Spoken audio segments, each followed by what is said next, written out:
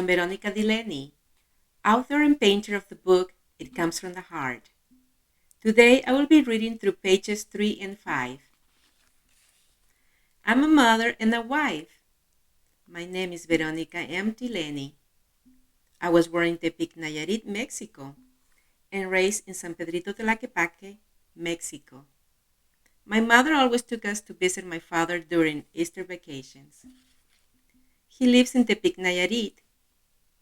For this, my mother will save money every year so that my mother and I could visit my dad. These pieces are how I learned to love my father. He always told me, I love you, Veronica, so much. My parents never divorced. They tried many times to get together again. Sometimes love is just like that, and at the end, it never worked for them. It is sad. My only brother, who is about 2 years older than me, is a very smart person. He works so hard. I love him and wish him all the best in life. While I was living in San Pedrito, my life was not all that great, but I learned to ask for many favors from our neighbors. For example, I will ask for water to do the dishes or just for drinking.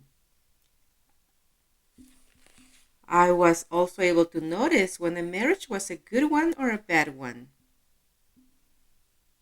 Perhaps deep in my heart, I needed a good family that would show me and give me all the love that I needed.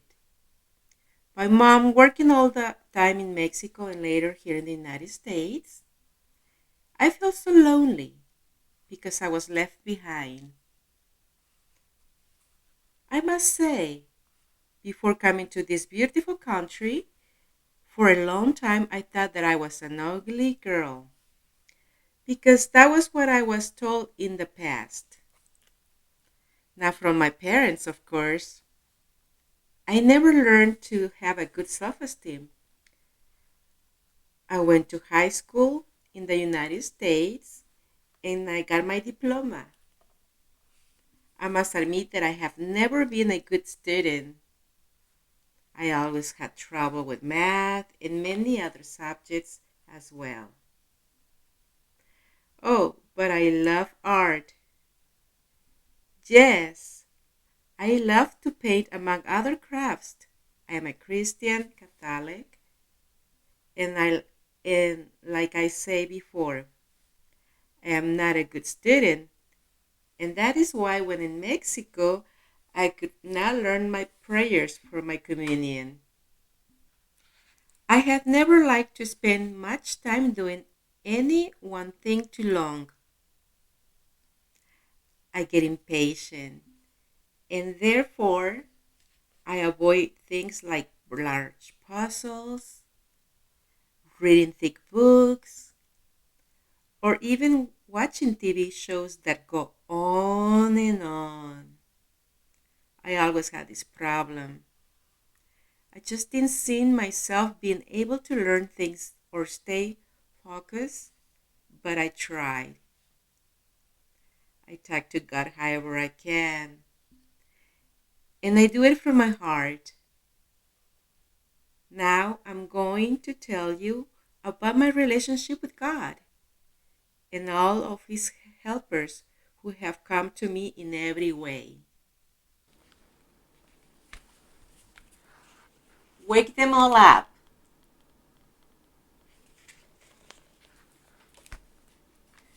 When I was a kid in the 1970s, I remember my angel talking to me.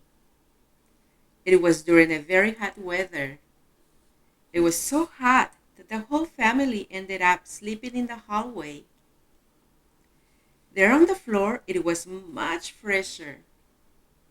There was a back door and a front door at either end of the hall that we were sleeping in. So there we slept. My mom's brothers and sisters, my grandma, and me sleeping closer to the back door. Then someone woke me up. Yes, it was my angel with the beautiful big white wings, blonde hair, blue eyes, and a nice smile. Oh, and he had a cloth like a toga with a leather skirt from the Roman times. He bent down to speak in my ear. Vero, it is raining. The water's coming in through both doors. Wake them all up because you all are going to get wet. I smiled at him and turned around and woke them all up. One of my aunts asked me, "How did you know it was raining?" "Because my guardian angel told me," I answered with a big smile. Title: Wake Them All Up. Acrylic wash, size 20 by 16 canvas. Year: January 2017. Now that's all for now.